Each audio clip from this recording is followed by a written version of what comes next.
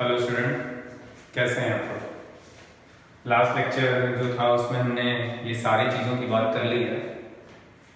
Subset और pro subset की बात होती है, तो ये ऑलरेडी डन हो चुका। मैं सिर्फ इसलिए लिख रहा था कि आपको आइडिया लग जाए कि क्या चीज़ें हैं। ठीक है, अब यहाँ पे जो हम बात करेंगे, यहाँ पे जो बात करेंगे उसमें अपने को क्या बात करना है, super and pro super set. Okay, तो यहाँ पे चलते हैं यार। सुपर क्या होता है, super set and pro super set. ये नाम यूज होगा यार, और कुछ हमें ध्यान नहीं रखना है।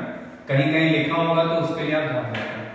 जैसे यहाँ पे भी सेम चीज है कि अगर हमारे पास दो एलिमेंट है, एक 3 और मेरे पास एक बी है जो 1 3 5 है, और हमसे बोला गया कि जो ए है वो क्या आपका सुपर सेट है। ठीक है, तो सुपर सेट का मतलब क्या होगा, ये जो एलिमेंट है वो इसके अंदर होने चाहिए और कुछ एलिमेंट एक्स्ट्रा होना चाहिए, जो कंडीशन इसके साथ थी। ठीक है, सेम कंडीशन यहाँ पे, तो इसको हम क्या बोलते हैं कि A is the super set of, और जो दूसरा टर्म है वो क्या होगा आपका pro super set. Pro super set और सबसेट, ये जो बात की थी उसी से रिलेटेड इसका एक नया नाम है जो आपको ध्यान रखना है। सेम चीज है कि ये दो एलिमेंट जो है उसके अंदर होने चाहिए और कुछ एलिमेंट आपके एक्स्ट्रा होने चाहिए, तो उसको हम क्या बोलते हैं, सुपर सेट और प्रो सुपर सेट। ठीक है, तो पिछली जो कंडीशन थी वही चीज है कि यहाँ पे अगर लिखा जाए तो A is the super set of B, B is the pro super set of A। खत्म बात। तो इसमें ज्यादा कुछ नहीं देखना है आपको, बस ये कहीं वर्ड यूज हो तो वो ध्यान रखिएगा। ठीक है, नेक्स्ट चीज आती है बेटा, ये दोनों ही डिस्कशन हो चुका है। नेक्स्ट आता है आपका पावर सेट। पावर सेट क्या होता है उसके बारे में थोड़ा सा देखते हैं। पहले डेफिनेशन लिख लेते हैं। A power set, a set A is denoted by P of A. ठीक है, means a set containing all the subset of set ए।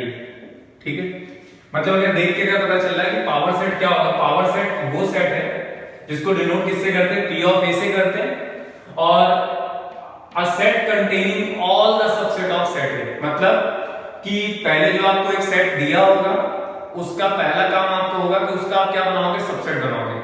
जैसे ही सबसेट आपका बन जाएगा उसके बाद उसका पावर सेट बनेगा। तो एज ए एग्जांपल अगर मैं लिखूं कि n of a is equal to, मान लो m दिया है, ठीक है, तो अगर इसका पावर सेट आपको बनाना है बेटा तो इसको हम ऐसे लिखेंगे। ठीक, समझाता हूं जरा, देखिएगा। मान लो कि एक एग्जांपल के तौर पे हमें दे दिया गया कि इसका पावर सेट बनाओ a और b। ठीक है, तो सबसे पहले आप क्या करोगे, इसका सबसेट बनाओगे। आई होप कि लास्ट लेक्चर में आपको सबसेट आता है सर, और नहीं आता तो आप देख लो 2m लिखते थे। यहाँ पे कितने एलिमेंट हैं, 2 है, 2 की पावर 2 मतलब 4 हो गया, मतलब इसके अंदर 4 सबसेट बनेंगे। कौन कौन से बनेंगे, सबसे पहले आपका नल, फिर A, फिर B, फिर आपका आएगा A, B, बराबर है। फिर अब इसका पावर सेट बनाना, तो सबसे पहले आपको क्या बनाना था, सबसेट बनाना था, उसके बाद आपका पावर सेट बनेगा। पावर सेट को कैसे लिखोगे आप, ब्रैकेट के अंदर वही ब्रेसेस A, फिर आपका क्या आएगा बेटा B, फिर आपका क्या आएगा C तो है नहीं बेटा, A भी आएगा। तो ये जो चीज आ गई आपकी वो क्या रिप्रेजेंट करेगा, आपको पावर सेट को रिप्रेजेंट करेगा। तो ये चीज आप ध्यान रखना कि सबसे पहले आपको क्या करना होगा, ये जो लिखा होगा वो क्या होगा, पावर सेट। आपको सबसे पहले क्या करना होगा, एक नंबर लिया, उसका पहले सबसेट लेना है। वो जो सबसेट आएगा उसको क्या आप ब्रेसेस में यूज करके लिखोगे तो वो आपको पावर सेट को रिप्रेजेंट करेगा। डेफिनेशन भी वही है, a power set, a set A is denoted by P of A set containing all the subset of set A। Okay, एक एग्जांपल और ले लेते हैं आपके लिए पावर सेट के लिए। तो देखिएगा एक एग्जांपल और लेते हैं तो आई थिंक आइडिया लग जाएगा आपको थोड़ा सा। और मान लीजिए यहाँ पे इसका पावर सेट आपको लिखना है। ठीक है, सेकंड एग्जांपल ले लेते हैं और इसमें मैंने लिया 3 एलिमेंट्स मैंने ले लिए। ठीक है, सबसे पहले आप इसका क्या निकालेंगे, सबसेट। सबसेट का मतलब 2 3 मतलब टोटल 8 एलिमेंट हो गए। सबसेट की बात आती है पहले, तो सबसेट का मतलब क्या होता है, 5 सबका सबसेट है, पुरानी चीजें आपको पता है। और ये आपका C हो गया, फिर आपका a कॉमा बी, फिर आएगा बेटा b कॉमा सी, फिर आएगा c कॉमा a, और लास्ट क्या होगा आपका a b c, बराबर। अब इसका पावर सेट आपको चाहिए, तो पावर सेट का मतलब होता है p ऑफ a, तो p ऑफ a का मतलब हो गया ये, इसमें क्या आएगा, फिर a b c a b b c c a a b c, ठीक है। तो ये जो कंडीशन आ गई इसको हम बोलते हैं पावर सेट। आई होप कि ये चीज आपको क्लियर हो गई होगी कि सबसेट और पावर सेट में क्या है, पावर सेट कैसे बनता है। पहले आपको सबसेट बनाना है, उसके बाद जो एलिमेंट है उनको ब्रेसेस के अंदर लिख दो, तो वो जो बनाएगा वो क्या बनाएगा, आपको पावर सेट बनाएगा। आई होप कि ये चीज आपको क्लियर हो गई होगी पावर सेट के बारे में, ठीक है। अच्छा, एक लोगों को बड़ा कंफ्यूजन रहता है, ये मैंने ये दो चीजें आपको कंप्लीट कर दी, तीन चीजें ऊपर से, ये तो पहले ही डन था आपका। लोगों को बड़ा कंफ्यूजन होता है एक चीज में, वो मैं यहाँ पे कवर करने की कोशिश करता हूं कि बिलोंग्स कब यूज होगा और सबसेट कब यूज होगा, ठीक है। तो मैं अगर ये बोलूं कि A is the sub, A1 belongs to A, तो ये सही लिखा, मतलब ये आपके जो एलिमेंट्स हैं वो सेम एलिमेंट्स इसके अंदर होने चाहिए। अगर मैं ये लिख दूं 2 बिलोंग्स टू A तो सही है, 3 बिलोंग्स टू A तो सही है। अगर मैं ये लिख दूं तो ये जो सिंबल है वो सबसेट का है, तो ये नहीं है। ये अगर इसको इसके अंदर बिलोंग होना है तो ये पूरा का पूरा एलिमेंट इसके अंदर होना चाहिए। अगर मान लो कोई ये बोल दे ये इसके अंदर है तो नहीं है, क्यों, क्योंकि ये पूरा एलिमेंट इसके अंदर नहीं है। फिर कोई बोले कि अगर ये इसकी बात हो तो भी ये नहीं होगा, तो ये थोड़ा सा ध्यान देना लोगों को बड़ा कंफ्यूजन होता है चीजों को लेके, ठीक है। इसका मतलब हो गया कि ये सबसेट वाली बात हो रही है, अगर इसको इसके अंदर बिलोंग करना तो ये सेम एलिमेंट इसके अंदर होने चाहिए, जो नहीं है। एक एग्जांपल और लेता हूं,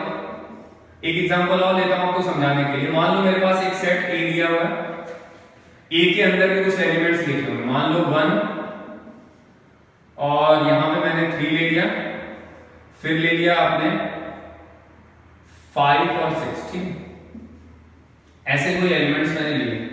अब हमें ये देखना है कि ए, या ये बोल दो आप कि ये जो पार्ट है वो बिलोंग करता है ए में, तो ये सही होगा, क्यों, क्योंकि ये पूरा एलिमेंट इसके अंदर है। समझ पा रहे हो बात को। अगर कोई बोले 3 बिलोंग्स टू ए तो हाँ पूरा एलिमेंट इसके अंदर है, देखिएगा। अगर कोई बोले 5 और 6 तो भी ये क्या पूरा पूरा एलिमेंट इसके अंदर है। अगर मैं इसके अंदर ऐसे कर दूं तो क्या ये एलिमेंट इसके अंदर बिलोंग कर रहा है, ये पूरा एलिमेंट इसके अंदर है, तो आप बोलोगे यार नहीं है। फिर आपसे कोई बोल दे कि ऐसे कर दिया तो क्या ये इसके अंदर बिलोंग कर रहा है, तो आप बोलोगे नहीं यार ये भी नहीं कर रहा, क्योंकि ये सेम एलिमेंट इसके अंदर नहीं है। अगर मैं इसके अंदर ये डाल दूं तो क्या ये पूरा बिलोंग कर रहा है, तो आप बोलोगे नहीं। अच्छा, अगर मैं ये लिखूं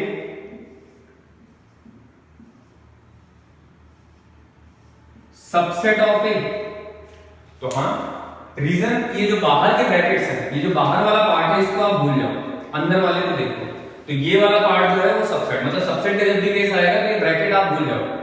अगर कोई बोले 3 क्या इसका सबसेट है, तो बाहर वाले ब्रैकेट को भूल जाओ, ये 3 तो इसके अंदर है, सबसेट होगा।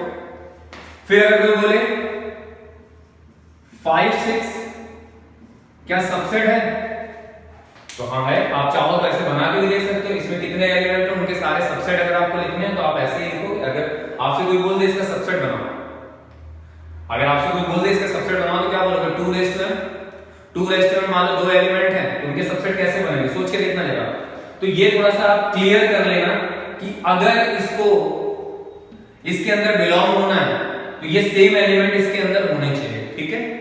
सेम एलिमेंट होने चाहिए, यहां पे अगर आप सबसेट लिख रहे हो तो आप बाहर वाले ब्रैकेट्स को भूल जाओ, ओके।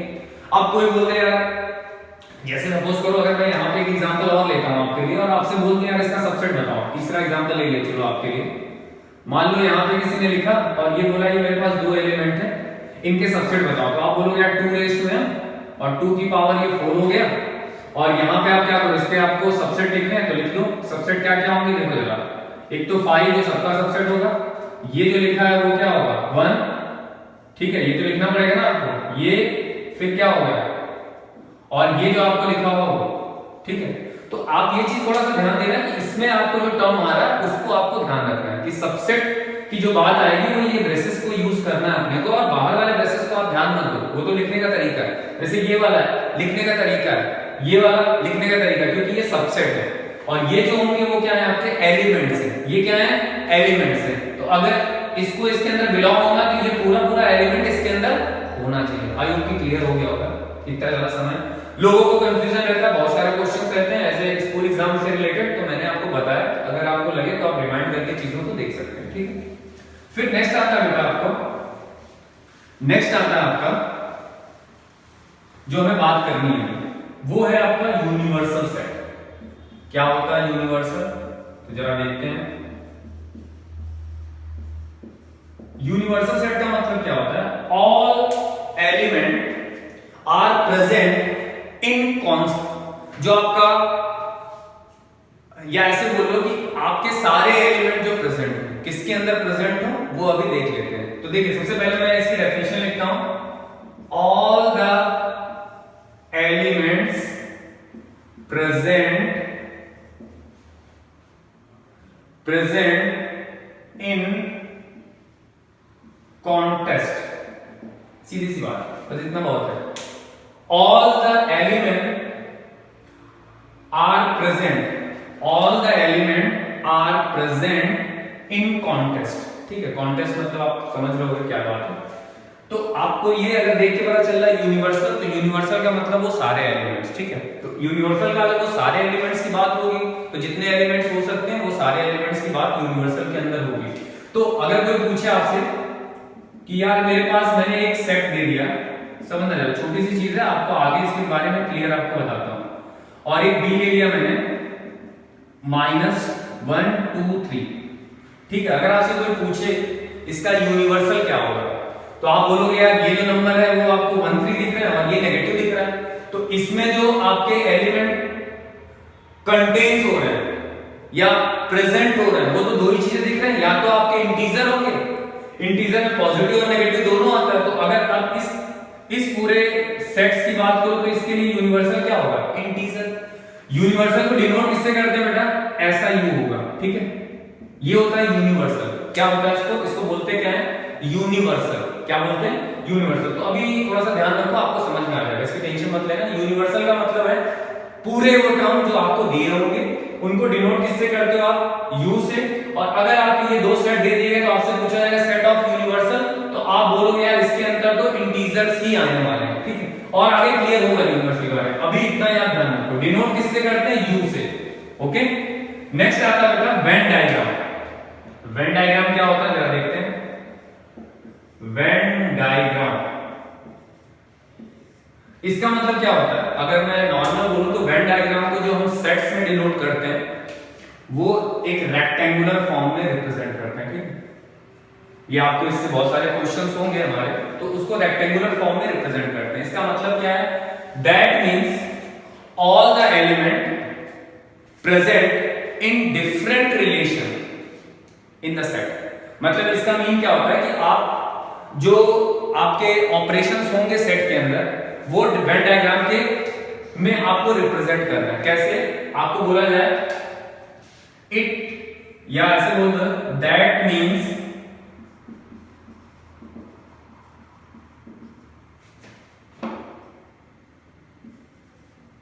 ऑल एलिमेंट्स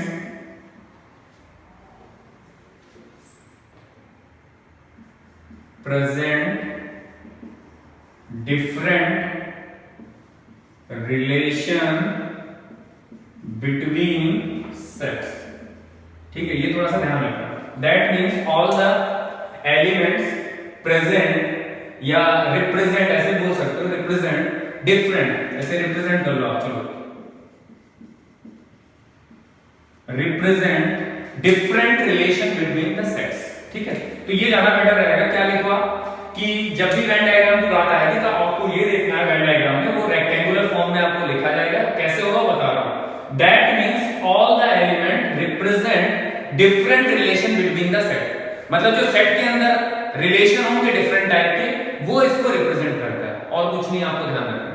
कैसे, वो आपको एक एग्जांपल के तौर पे बताता हूं, ठीक है। That means all the element represent different relation between the sets. कैसे, समझाता हूं, चलिए। आपको जब भी वेन डायग्राम बनाना है, आपको ये ध्यान रखना है कि वो एक रेक्टेंगल फॉर्म में ही बनेगा। यहां पे हमेशा क्या आता है, यूनिवर्सल, ध्यान रखिएगा। एक मैंने ऐसे ही फर्जी का एग्जांपल ले लिया, फर्जी मतलब नॉर्मल, ठीक है। ये 1 है, इसको हमने सेट ए बोला है और इसको सेट बी बोला है। यहाँ पे 3 और 4, ये 5 और ये 6, ये 8 और ये 9 और ये 10 हो गया, ठीक है। अगर मेरे को यहाँ पे कोई बोले कि एलिमेंट्स लिखो, तो ये जो एलिमेंट्स होते हैं बेटा, ये वाले, ये set A and set B में कॉमन एलिमेंट्स होते हैं। क्या होते हैं बेटा, कॉमन एलिमेंट्स होते हैं। कॉमन एलिमेंट्स का मतलब क्या होगा, जो दोनों में प्रेजेंट हो। तो दोनों में प्रेजेंट मतलब, अगर हमसे कोई बोले सेट ए के एलिमेंट्स लिखो, तो मैं लिखूंगा 1 2 3 4, ठीक है। अगर हमसे कोई बोले बी के एलिमेंट, तो मैं लिखूंगा 3 4 5 6, ठीक है। ये ध्यान रखना, ये 3 और 4 जो होता है वो दोनों में कॉमन होता है। अच्छा, फिर बात आती है यूनिवर्सल की। तो यूनिवर्सल का मतलब बेटा, जितने भी एलिमेंट इसके अंदर है वो सब लिखने हैं, बस कोई भी रिपीट नहीं होना चाहिए, ये हमारी कंडीशन होती है। तो ये आपका वेन डायग्राम। वेन डायग्राम में आपको ध्यान रखना, सेट ए के एलिमेंट्स, सेट बी के एलिमेंट, जो बीच वाला होता है उसमें क्या होते हैं, दोनों के कॉमन वाले पार्ट होते हैं, दोनों के कॉमन एलिमेंट होते हैं, कोई भी टर्म रिपीट नहीं होना चाहिए। और यूनिवर्सल का मतलब क्या होता है, सारे एलिमेंट्स। आई होप ये चीज क्लियर है। एक और वेन डायग्राम आपके लिए बनाता हूं, जरा समझिएगा। अब मान लीजिए इसी में आपसे ये दे दिया गया कि एक यूनिवर्सल है, ये आपका ए है, ये आपका बी है, ठीक है। यहां पे आपने ए बी सी लिख दिया, यहां पे D E F G H आई, ठीक है। तो अब आपसे अगर कोई पूछे, तो ये जो आता है वो क्या होता है, कॉमन एलिमेंट को रिप्रेजेंट करता है, तो रिप्रेजेंट करने में कोई दिक्कत नहीं। अगर आपसे ए लिखने को बोला जाए तो क्या करोगे आप, ए लिखोगे, बी लिखोगे, सी लिखोगे, डी लिखोगे, ई लिखोगे। और आपको बी लिखने की बात आएगी तो ए लिखोगे, बी लिखोगे, सी लिखोगे, एफ लिखोगे, जी लिखोगे। कोई टर्म रिपीट नहीं होना चाहिए बेटा। यूनिवर्सल सबको लिख लो, A B C D E F G H I.